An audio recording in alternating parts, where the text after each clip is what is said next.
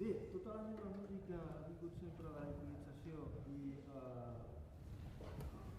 avui, com sempre faig amb els meus concerts, demanaré 3 notes al públic i amb aquestes 3 notes faré una petita improvisació que servirà de despedida del que ha estat aquesta presentació d'aquesta música que vam gravar amb el Melani fa ja uns anys a Ucraïna i que ens ha portat molts errors.